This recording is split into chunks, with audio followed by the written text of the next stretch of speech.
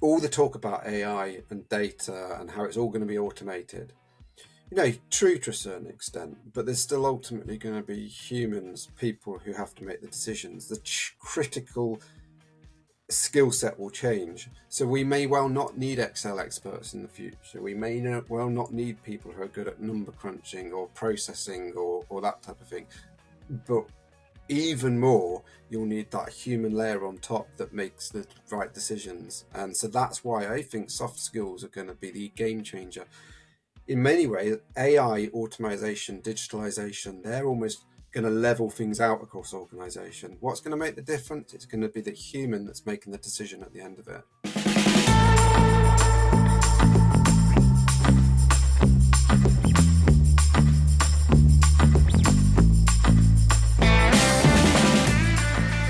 Thanks everyone for joining. This week we have a special guest on our never-ending climb for a stronger supply chain and procurement for companies running SAP, Tom Mills. Tom, the procurement protagonist. And I love the name because it really highlights how you're challenging some of those common notions. Like everybody's talking about generative AI, but you've got a really important take on what's going to be more important. Yeah, firstly, thanks so much for having me on the podcast, Sean. I've wanted to be on it for a while. In fact, I've listened to some of the other episodes and they're absolutely fantastic. So I'm honored to be one of the guests. Amazing. Thank you. Yeah, procurement protagonist was just something I came up with a couple of years ago, but it's not lost its relevance. The reason I wanted to talk to you today was I see so much content out there, so many people talking about automation, digitization, the future of AI. But do you know what? I think the most important gap or thing that we really need to be focusing on is actually soft skills. It's emotional intelligence. And as we look to the future, it's going to become more and more important. It really, really is. It's a point of personal frustration as a father of three kids. They're all in elementary school right now, maybe in contrast to my early white hair. But the school curriculum focuses so much on the rote memorization and so little on those critical skills around, the self-discipline, the emotional intelligence, the softer skills, and the tenacity to go see things through in the face of all of the stuff. In procurement, there's a never-ending deluge, like drinking from a fire hose of what have you done for me this week, and here's all the things to deal with, and that resilience is so important because it's sometimes feeling like showing up to work for your daily meeting. What would you offer to those folks in procurement that need to level up, and how are you recommending, or what would you recommend for people in the profession to go and double down on those things that often aren't part of the formal education? Oh, yeah, it's a great point. So, the first thing that I would really advocate is looking after personal mental health. So, I'm actually a mental health first aider, and that's been hugely important within the role that I play within my organisation. But why it's really important for procurement individuals and teams and their general success is unless you're in a good place yourself from a mental health point of view, you're probably not going to have the impact that you want on the business. So, loads of things that I do to look after my mental health, a lot of it mine is actually focused around running, and lots of people think, oh, you're just running to stay fit, but actually I'm running for my mind. I'm running to make sure that I get that mindfulness and getting the vitamin D, particularly when you're into the winter months and you're not outside much. And also sometimes I double up on using that time to listen to a podcast, something like one of your podcasts. So it's almost like it's really beneficial to just take a step back from the business you're in. The other thing I just wanted to mention, because you asked a very specific question there around how we kind of level up, I think that's a great way of looking at it. I hear a lot of different debates around emotional intelligence, and lots of people think, well, hang on a minute, is it just something we're born with? And, can you really develop emotional intelligence? Now, I'm firmly in the camp that there's lots of things you can do to improve your emotional intelligence. And so there's some real steps that you can take around developing your self-awareness, around taking feedback, around looking at some of the kind of processes you take within how you engage with people, how you approach meetings and stuff. So I think that what procurement has traditionally done well is been very process orientated, very much looking at numbers driven data. How do we segment categories, that type of thing. But what we've not been particularly very good at is talking about how we um, enhance our ability to truly influence both organizations and the external environment with our supply base. So much there that I think we're just not talking about enough. Yeah, and mental health is in a sense, you come back to what they tell you every time you get on an airplane. Put your own mask on first, Yes. because it's very difficult to show up for your team, the people that depend on you, Yeah. whether they work for you or you work for them, or your peers, or Yeah. even your family, if you're not whole yourself. So that running is a stress relief, and I think we share that passion for running. I was on a run this morning with my dog, and I think about what that means when I miss one of those days. And the never-ending climb, to me, a huge part of that is just be the best version of yourself and help your team and your company and so on be the best version of itself and unlock that potential. And it's so hard to unlock potential when you're stuck in a place where you can't even see it. Yeah. So, or you feel like maybe you're not worthy or you're not good enough for something better. And I Yeah. think that permission that we give ourselves to be better, and sometimes that just means that we have to look over our shoulder and go, wow, how far we've come. Yeah. Yeah. There's a real economic benefits, and I know it sounds crude to put mental health into a kind of economic terms, but let's face it, a big part of the costs around businesses when you look at HR and people teams is around burnout, around people going off of stress. So that's one element. If you're protecting yourself against that, then you're helping the business ultimately. The second Yeah, thing is, and I've noticed it in myself, and it's absolutely proven chemically, your mental capacity is so much enhanced when you've got positive endorphins from having taken exercise. And of course, I'm an advocate of running because that's what I do. But and just going for a walk, just going cycling, just doing something to get yourself away from the desk.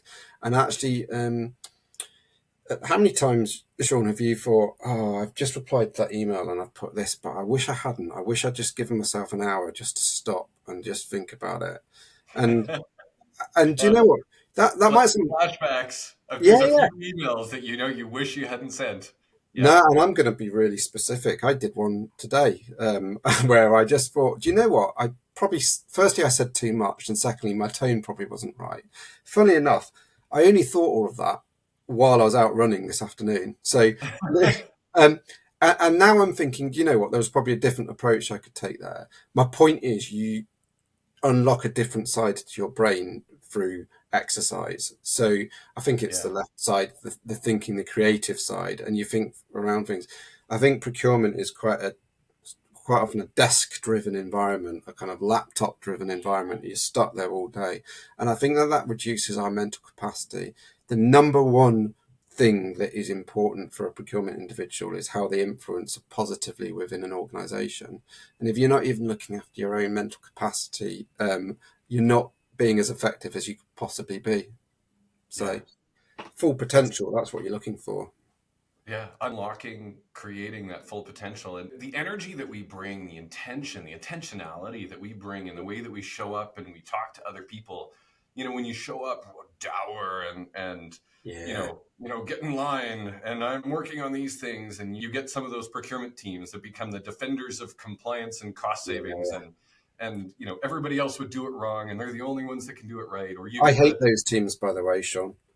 they're maddening, aren't they? Yeah, It's yeah, like, of course, whether you're British or you're Canadian, you understand how to queue, yeah, but you shouldn't feel like you're queued up waiting for the thing, or you yeah, should never be a customer of procurement that is not getting what you need to be successful, because it's the yeah, business that needs that loss of, we are here to help the business. We're here to unlock potential in the business, not whether you're in IT or you're procurement, you're there to go and serve. yeah, And when departments find or create or get locked into this idea of, please take a number, yeah, um, it means that the rest of the business genuinely finds every opportunity to avoid dealing with them unless they yeah, absolutely must, yeah, because yeah, nobody wants to be around the negative person. And that energy, the intentionality that we bring, when we show up with some energy and positivity, people are attracted to that. It's magnetic. Yeah. And conversely, it's repellent. Yeah. And that starts with keeping this on the straight and level. I love it, Tom. How I know that you've been writing about this in your newsletter, which I subscribe to, and thank you for Thank you. that. I particularly enjoy the Wednesday rants because it's often an opportunity to look critically at some of those things. But I know you've also been really making a concerted effort when you're pointing one of those things out. You're not just moaning about it, you're offering suggestions of things that can help unlock that next level, both personally, soft skills, and building resilience. Can you share a little bit more about that? Yeah, so thank you. My newsletter, by the way, is actually quite a therapeutic thing for me because it's actually an opportunity for me to let out some of those things. You know, when they talk about journaling, um, Yes. actually, to be honest, my Wednesday rant is a little bit like my journal. It's just going out to 5,000 readers. But actually, there's a really important point there in itself.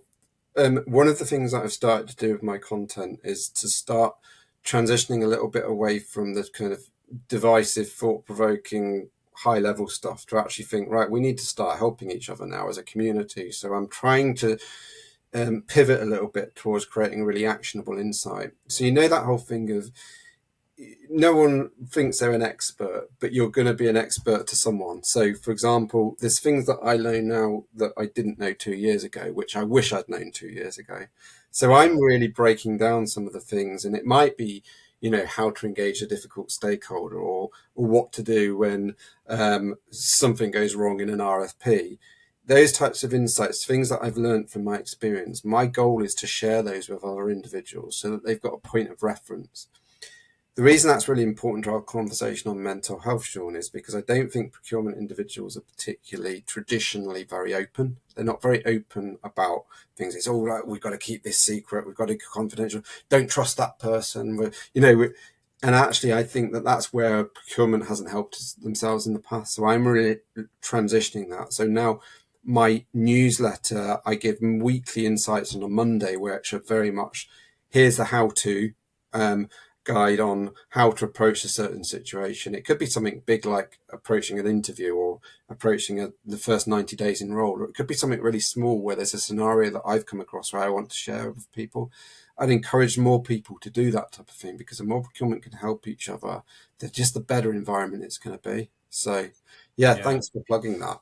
What I love about it is it can feel really, really isolating, Yeah, right? I mean, it's a challenging function in the organization, but it's an opportunity to learn about every other facet in the business. And even if you're in one focus in a category, that category is something that is critical to the business. Otherwise, it would not have gotten the time and attention to be designated a category important enough to have time and energy put to it. And that on one hand is such an opportunity, and on the other hand is sometimes really isolating because of NDAs and don't talk about and keep it to yourself, and just opening up that little bit in those areas that are safe to go and talk about some of these things and read about some of these things, and the sense of community that you can create through the newsletter and the engagement yeah, that comes underneath that is therapeutic. The 5 minute journal or the yeah, weekly newsletter that yeah, somebody can go and just put some of those thoughts down. And when you write it down, it sometimes